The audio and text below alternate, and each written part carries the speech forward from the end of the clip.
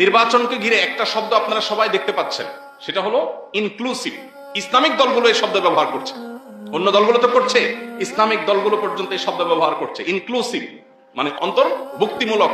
এই অন্তর্ভুক্তিমূলক বা ইনক্লুসিভ শব্দের ভেতরে অত্যন্ত ভয়ঙ্কর একটা এজেন্ডা লুকায়িত আছে, যেটা অনেকেই লক্ষ্য করছেন না।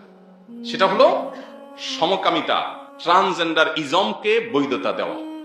একটু আপনি গভীরে তাকালে, একটু ঘাটাঘাটি করলে আপনার কাছে স্পষ্ট হয়ে যাবে। শুনতে খুব ভালো শোনা যায়, অন্তর্ভুক্তিমূলক। অন্তর্ভুক্তি আমরা কেনা চাই, সবাইকে নিয়ে সবাই চলতে চাই, শব্দটা ভালো, কিন্তু এটার মতলব বহু খারাপ। এটা নিয়ে আপনি যদি ঘাটাঘাটি করেন, আপনি দেখবেন পৃথিবীর যে সমস্ত দেশে ট্রান্সজেন্ডার মতবাদ, যে সমস্ত দেশে এই যে বিকৃত মানসিকতা এগুলো প্রবেশ করেছে, আইনের আকার পেয়েছে, রূপ পেয়েছে, এগুলোতে এই শব্দ আগে ঢুকেছে, তারপরে এটা হয়েছে।